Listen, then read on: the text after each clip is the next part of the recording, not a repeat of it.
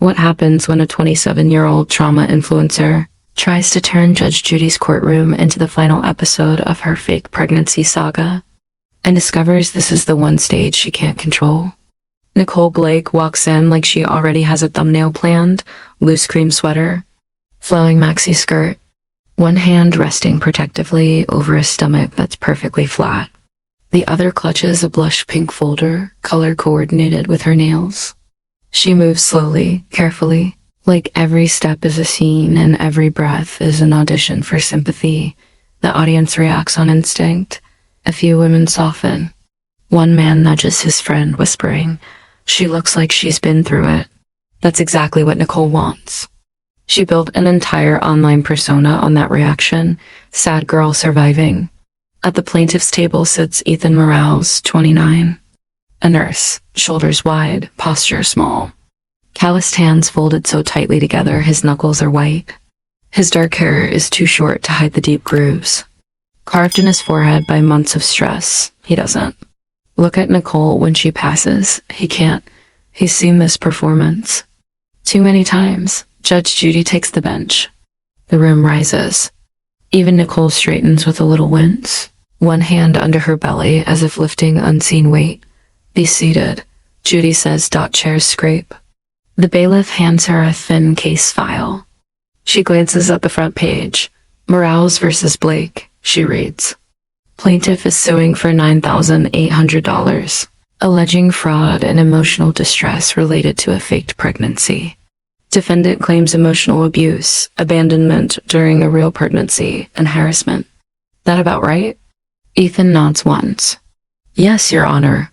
Nicole lets her shoulders tremble delicately. "Yes, Your Honor," she echoes. He wants to erase my baby." The word baby is a dagger carefully placed. Judge Judy doesn't flinch.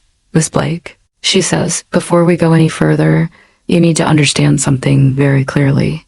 This is a courtroom, not a podcast, not an Instagram Live.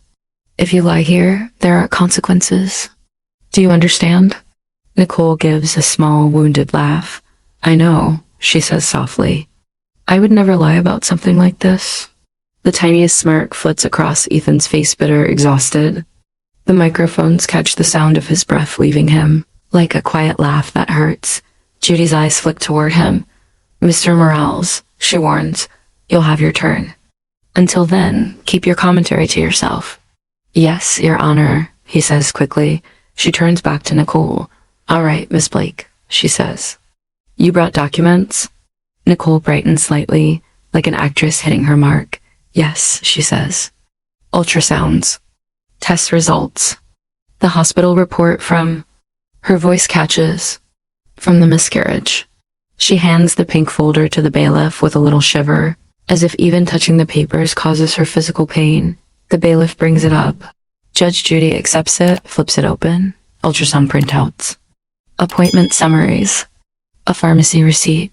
A hospital discharge note on the surface. It looks airtight. Too airtight. Nicole folds her hands, positioning them where the cameras can see both the trembling fingers and the delicate ring. She insists on still wearing the one Ethan bought when things were good. "Ms. Blake," Judy says calmly, "start from the beginning. Why are you here?" Nicole inhales sharply, then exhales in a shaky stream. "We were together a year," she begins, eyes already glassy. "He told me I was the one, that he wanted a family. We weren't careful. I found out I was pregnant last November." She lets her voice go small. "At first, he was happy. He kissed my stomach. We talked about names. Then he changed. Started pulling away, leaving my texts unread, saying he wasn't ready to be a dad." She looks down, blinking slowly as a tear falls, perfectly timed, perfectly placed. "When I told him the doctor said I needed to rest, that stress could hurt the baby," he said. She swallows. "He said, if you lose it, maybe that's for the best." Low rumble from the gallery. Ethan's jaw clenches. "It's not," he starts. "Mr. Morales." Judy snaps. "Quiet." He bites his tongue. Nicole continues, emboldened. "He stopped coming to appointments. Blocked my number," she says. "I paid for everything myself." Vitamins, scans, copays. Then when I lost the baby at 14 weeks, he didn't even show up at the hospital. He just sent one text. Guess it wasn't meant to be. She opens the folder, plucks out a page. This is the DNC report, she says, holding it up. And this, her fingers tremble as she lifts a black and white print, is my sonogram. The baby, he says, never existed. Judge. Judy doesn't reach for it immediately. She watches Nicole watching her instead. The hunger behind the tears. Calculation behind the shaking. Only then does she gesture for the bailiff to bring the photo. Nicole's shoulders relax just a little. Hook set. Judy takes the sonogram gently, holds it up to the light. A grainy little figure floats in the middle, haloed by white. At the bottom, tiny printed details, clinic name, date. Patient ID. She stares at it longer than Nicole expects, too long. The audience leans in. Miss Blake, Judy says at last. Eyes still on the image. You understand why Mr. Morales is suing you? Nicole swallows. He says I lied. She manages. That I faked a pregnancy to get money from him. And from strangers. He calls me a scammer. He calls me monstrous. Her lips tremble. I lost my child, Your Honor, she whispers. Now I'm losing my life because of his mouth. The room is with her. For now. Judge Judy finally lowers the sonogram, sets it carefully on the bench. Well, she says, her voice cool, unreadable. We're going to have a very interesting day. She taps the edge of the pink folder once, because if what you're saying is true, Miss Blake, this man deserves to be ashamed of himself. She turns to Ethan, and if it isn't true, she adds, eyes narrowing, you're about to learn what real consequences feel like. Asterisk. Judge Judy lines the documents up in front of her with surgical precision. Ultrasound. Clinic summaries. Hospital discharge.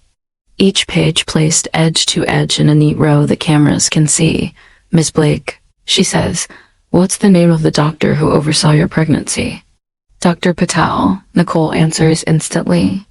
First name Neha, at Cityview Women's Center. No hesitation, Judy notes quietly. Good.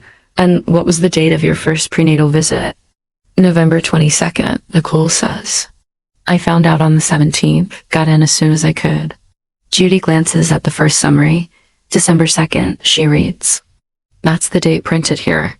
Nicole's smile flickers. Oh, maybe that's the first official one, she says quickly. The nurse did the urine test on the 22nd. They don't always print everything. Judge Judy's brow lifts the tiniest bit. She says noncommittally. She picks up the sonogram again. According to this, she continues. You were 12 weeks and 3 days along on January 27th. Yes, Nicole nods. That was the last time I saw them. The heartbeat. Her voice softens into a practiced ache. And you say you miscarried 2 weeks later, Judy says. On February 10th? Yes, Your Honor, Nicole whispers, alone.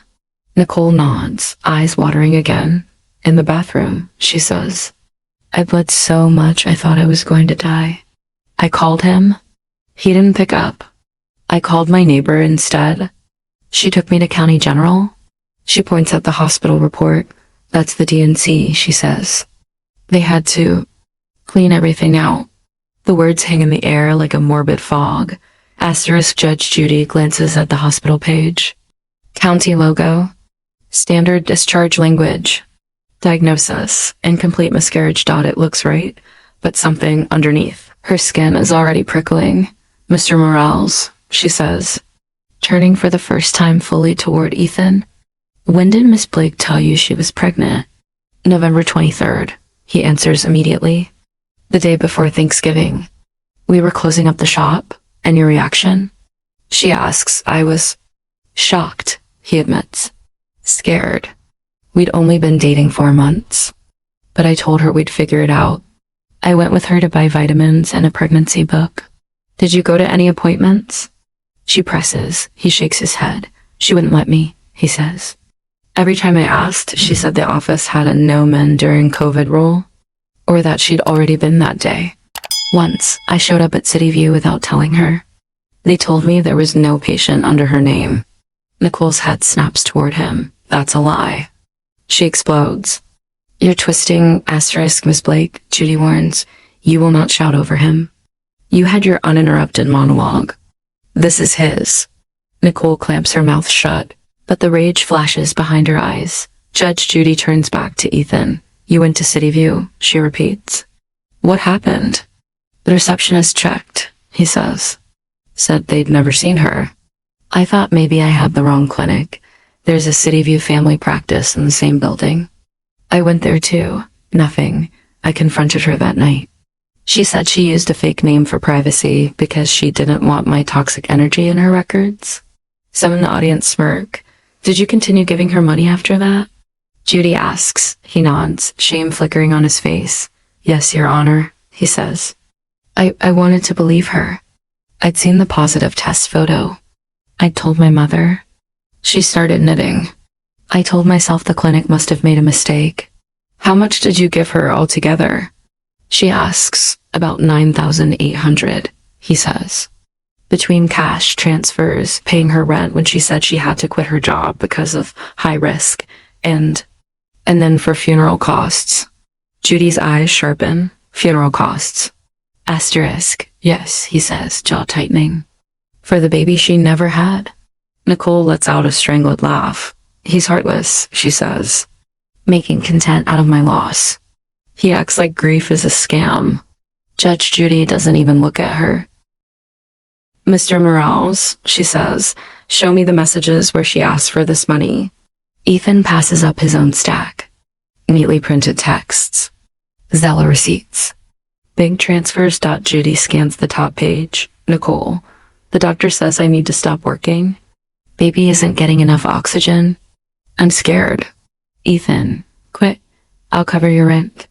We'll make it work. Nicole, you're sure? Ethan, yes, I'm all in. For both of you. She turns the page. Nicole, hospital says I need a D&C tomorrow. Insurance won't cover. It's $3,000. Ethan, Jesus, okay, I'll send what I have. We'll figure the rest out. Nicole, you're the only one who cares. Everyone else thinks I'm being dramatic. Nicole, when this is over, you'll never regret this. I promise. Judge Judy looks up. How did you find out she had launched a fundraiser? She asks. My coworker sent it, Ethan says. A link on Facebook. It had a picture of her in a hospital gown, holding an ultrasound. Caption said her abuser abandoned her and wished her baby dead. My name was blurred, but everyone knew. He swallows hard. I got called into HR the next day, he says. They put me on leave while they investigated. The rumor mill didn't wait. Patients' families started asking for anyone but the baby killer. Nicole stares straight ahead. Jaw set. It was the truth, she mutters. Judge Judy's gaze snaps to her. You are one small, verified lie away from being charged with perjury, she says softly. Choose your next words carefully. Nicole goes silent. Judy taps the hospital discharge. Here's what bothers me, Miss Blake, she says. This county general form uses a header they stopped using last year. I know that because we pulled a record from a legitimate recent case to compare. Their logo changed. The layout changed. Yours didn't. A muscle jumps in Nicole's cheek. Maybe they printed an old template, she says weakly. Hospitals are underfunded. Mistakes happen. Mistakes don't happen in the metadata, Judy replies. She lifts the sonogram again. And this, she adds, has a watermark from a radiology company that shut down 18 months ago. But your timeline has you pregnant 6 months ago. The audience erupts in low murmurs. Nicole grips the edge of the podium like it's the only thing keeping her upright. People reuse machines, she insists. They recycle paper. I don't know how any of that works. I just know I was pregnant. Then you won't mind if we verify that, Judy says coolly. She glances at the clerk. Call City View Women's Center, she orders. And County General. We're going to get some professional opinions on Ms. Blake's paperwork. The phone's dial tone fills the room. Nicole's breathing quickens. For real this time, because for the first time since she started this story, someone with authority is about to talk back. Asterisk. The ring of the clinic's phone line hums through the courtroom like a countdown. Ring.2.3. Then a soft click. Cityview Women's Health. This is Rosa. How can I help you? The clerk clears her throat. This is the courtroom of Judge Judith Scheinlin, she says. We're calling to verify whether a patient named Nicole Blake received prenatal care at your facility. The entire room leans toward that tiny speaker. On the other end, papers rustle. Keys clack. Can you spell the last name? Rosa asks. Blackcock replies. More clicking. I'm sorry, Rosa says after a moment. We have no record of a patient by that name in our system. Nicole's fingers clutch the podium so hard the tips go. White. Judge Judy's gaze sharpens. Double quotes. Miss Blake claims to have had an ultrasound at your facility on January 27th, she says. Is it possible the file is archived? No, ma'am, Rosa answers. Our records go back 5 years in this system. If she'd been seen here, her name would be there. It isn't. Judy's jaw tightens. Thank you, she says. One more thing. Do your sonogram prints still use the watermark Metro Radiology Services at the bottom? Rosa actually laughs. No, ma'am, she says. Metro went out of business almost 2 years ago. We switched vendors. Our watermark now says Civic Diagnostic Group. Judy glances pointedly at Nicole's print. Metro Radiology Services. I thought so, she says. Thank you for your time. The clerk disconnects. Silence settles. Thick, heavy, accusing. Clerical error? Judge Judy asks mildly. Nicole's voice is a rasp. I must have gone to the partner clinic, she says. Same building? Different. We'll clear that up too. Judy says. She nods to the clerk. County General, she instructs. Obstetrics. The second call rings. Answered. This is Donna at Obey. How can I help you? Judge Judith Scheinlin's courtroom calling, the clerk says again. We're trying to verify a D&C procedure for a miscarriage. Patient name, Nicole Blake. Papers. Typing. Donna. Comes back. No patient by that name in our OB records, she says. Nicole's head shakes almost imperceptibly. That's impossible, she whispers. Could she have registered under a different name? Judge Judy asks. If she did, I'd need that name to see anything, Donna replies. But Blake doesn't show up at all. We also don't use that discharge template anymore, Judge. Our forms went digital last year. Judge Judy's eyes are flint. Thank you, Donna, she says. That's all I needed, she nods. The call ends. Miss Blake, Judy says softly. 2 clinics. 2 denials.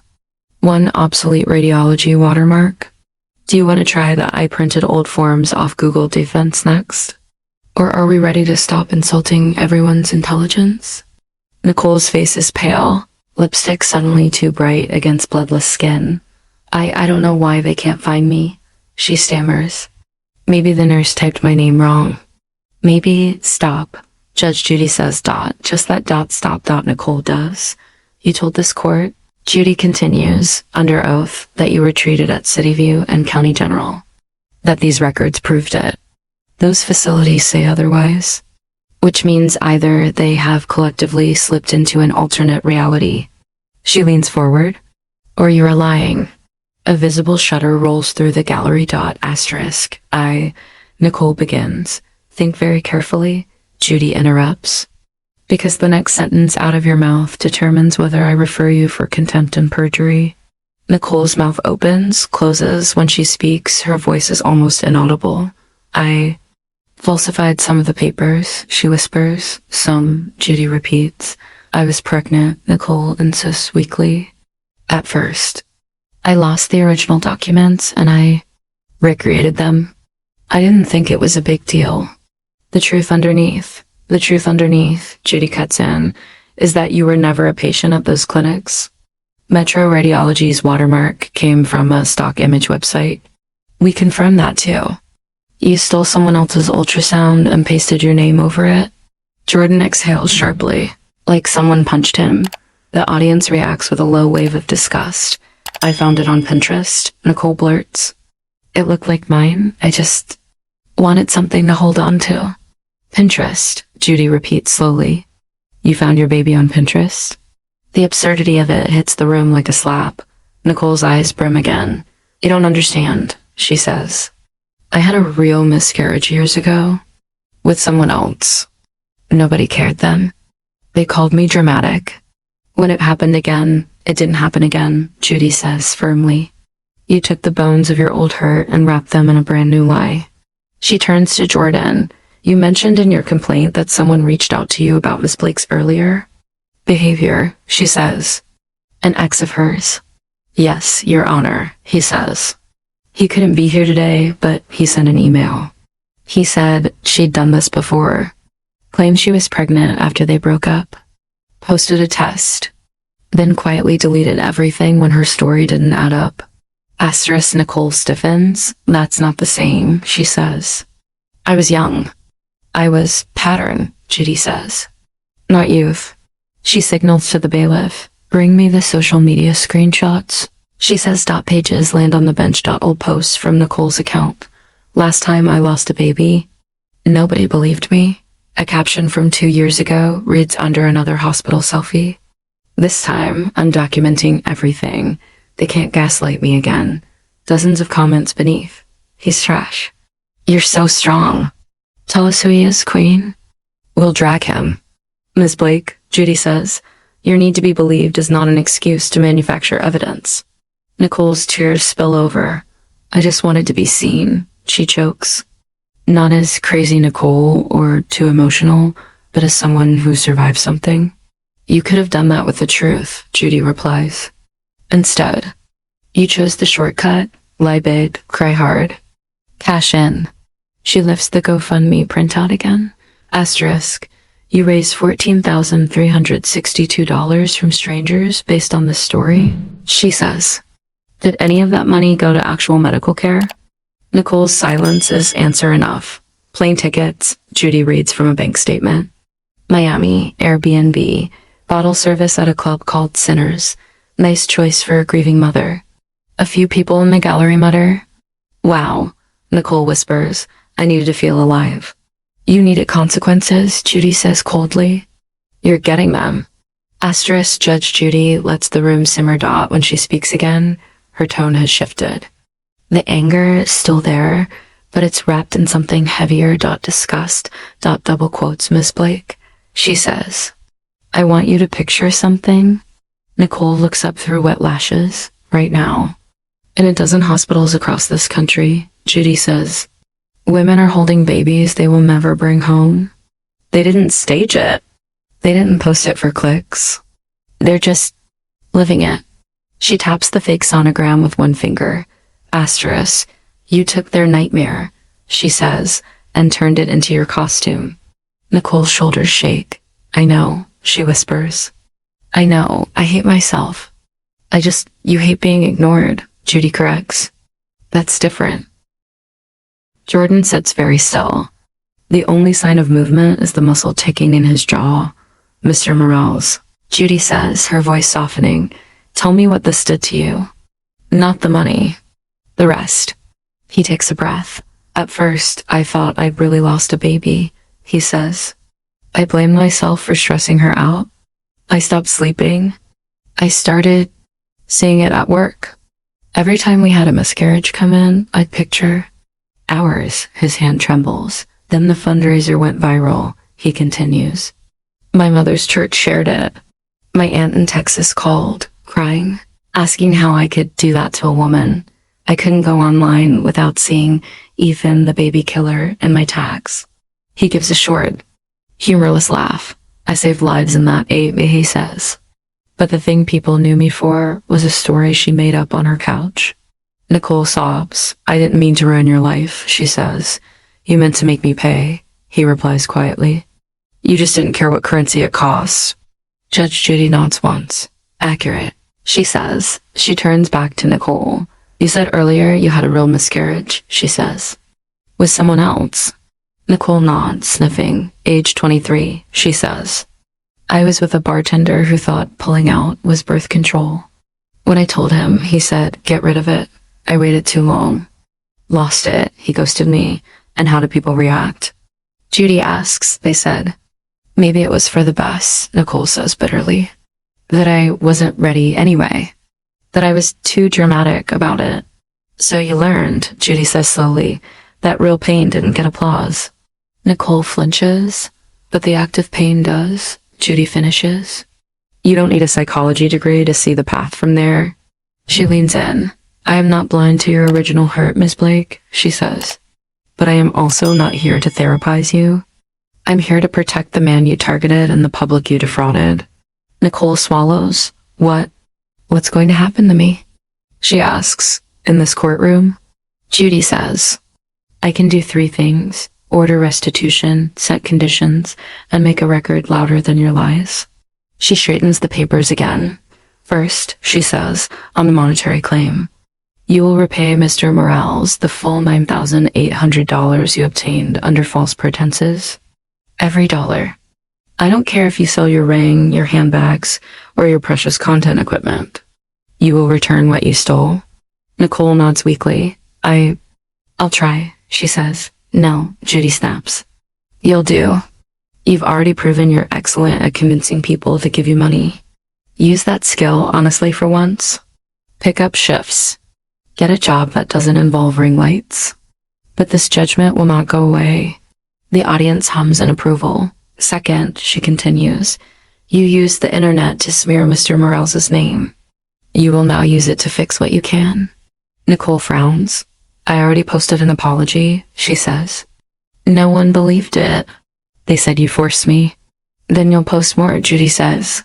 You will record a video for each platform you used in this scam: Instagram, TikTok, Facebook, GoFund, where you say, in clear language, I lied.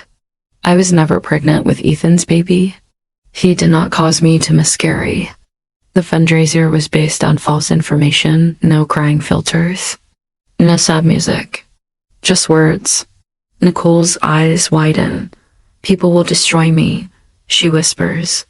I'll never get work with brands again. My following will. Your following, Judy interrupts, is exactly why you're dangerous. I don't care if you end up influencing 2 people in a houseplant. I care that anyone who heard your original lie has access to the truth. She isn't finished. Third, she says, you will do 250 hours of community service at a reproductive health clinic and a pregnancy loss support group. Under no circumstances will you present yourself as a counselor. You will be staff. You will set up chairs, make coffee, clean bathrooms, listen. Nicole shakes her head. That's cruel, she says. That's called exposure therapy, Judy replies. You wanted the aesthetic of grief? You're going to spend time with the real thing. She pauses. Whether you learn anything from it, she adds, is up to you. A hush settles. Last, she says, I am forwarding a complete copy of this proceeding, including exhibits and transcripts, to the district attorney and to GoFundMe's fraud department. Whether they prosecute or sue you is their decision, but they will not be able to say they didn't know. Nicole's legs finally give. She grips the podium to stay upright. I'll lose everything, she breathes. You lost your integrity when you hit publish, Judy says. Everything else is collateral. The episode airs 8 weeks later. By then, Nicole has convinced herself it won't be that bad. Her online friends tell her people forget quickly. Her pure, obsessed cousin says, just call it a learning experience and pivot to mental health. Content. None of them have met Judge Judy. The clip that goes viral first isn't the tearful confession. It's a 15-second montage edited by some stranger. Nicole, fake grief is my brand. Judge Judy, you found your baby on Pinterest. Jordan, he didn't lose a baby. He lost his name. Judge Judy, the dead baby card does not work on me unless it's real. Underneath, a caption. When trauma becomes a marketing strategy and meets a real judge. Views, 5 million. In 2 days, the backlash is vicious. People who donated to Nicole's fundraiser fled her DMIS refund now. You scammed a whole community of lost moms. My sister died giving birth. You are filth. I believed you. Never again. GoFundMe freezes her account. then sends out a mass email to donors due to concerns about the legitimacy of this campaign. We are issuing refunds where possible. Comment sections on the show's old posts, once filled with, "You're so strong," and "Men are trash," morph into rage. Take this down. It's built on a lie. My ex used your story to call my real miscarriage. Overdramatic. Thanks for that. Judge Judy did more for the truth in 30 minutes than you did in 2 years. Brands quietly unfollow her. A small candle company posts, "We recently worked with an influencer whose story has since been proven false in court. We condemn any exploitation of pregnancy loss. Our condolences to those hurt by this situation." Her follower count drops, not to 0, but enough. Asterisk Jordan watches the episode in his mother's living room. She sits beside him, tissues in hand, though she doesn't cry as much as he expects. "You were so calm," she says afterward, pride softening her features. "I would have thrown a shoe." He laughs for the first time in a long time without feeling guilty. His new job at the garage goes. Find out some coworkers watched. One leaves a post-it on his locker. "Dude, you didn't deserve any of that. Beer on me later." He goes. For the first time in months, when his phone buzzes, his stomach doesn't drop. He starts sleeping, not perfectly, but better. Asterisk at the clinic. Nicole's first day of community service is brutal. Not because of the tasks. Those are boring. Chairs, coffee, folding pamphlets titled "Coping After Loss." It's the sounds. The wail from a woman in room 3 when the doctor quietly tells her, "I'm sorry." There's no heartbeat. The quiet sobbing of a man pacing the hall, whispering, "I'm supposed to be strong," to no one in particular. No cameras. No captions. Just raw sound. The staff know who she is. Some watched the episode. Director meets her in the doorway. "I don't trust you," she says plainly. "But the judge sent you, and we can use the help. You speak when spoken to. You don't share your story unless asked and cleared. You don't post a damn thing from this building. Clear?" "Yes," Nicole says, throat tight. Hours drag. At the support group. She hears women describe pregnancies week by week, the way she used to rehearse in the mirror, except theirs aren't lines, they're scars. Asterisk halfway through her hours. During a break, one of the group members approaches her cautiously. "You're the girl from TV," she says. No accusation in her voice, just observation. Nicole nods, shame flushing her neck. "Yeah," she says. "I am." The woman studies her. "My sister sent me that episode," she says. Said, "This is why people look at us sideways when we talk about loss. I hated you for a week." Nicole waits for the slap, verbal or otherwise. "But then I watched it again," the woman continues, "and I saw someone drowning, grabbing any attention she could. Still hate what you did, but I'm weirdly glad you're here, wiping our tables instead of monetizing our stories." She shrugs. "Maybe if more people like you had to listen instead of speak, we'd be better off." She walks away. Nicole stands there, dishcloth in hand, eyes burning. After her 250th hour, the director signs her form. "You've repaid Judge Judy," the woman says. "The rest, you owe to yourself and to the people you hurt." Nicole nods. She keeps coming back. Not as often. Not because a court order hangs over her head. Asterisk, because for the first time, she feels something that isn't just the craving to be seen. Responsibility. Back online. She doesn't vanish. She stops posting bump pics and grief quotes. Starts talking about manipulation. About what she did. About how easy it is to forge a story people want to believe. Her view counts tank. Then slowly climb. Not to what they were. To something less explosive. More steady. The comments shift. "Still don't like you. But this is the work you should have done years ago. Thanks for naming the ugly parts. I've lied for attention too.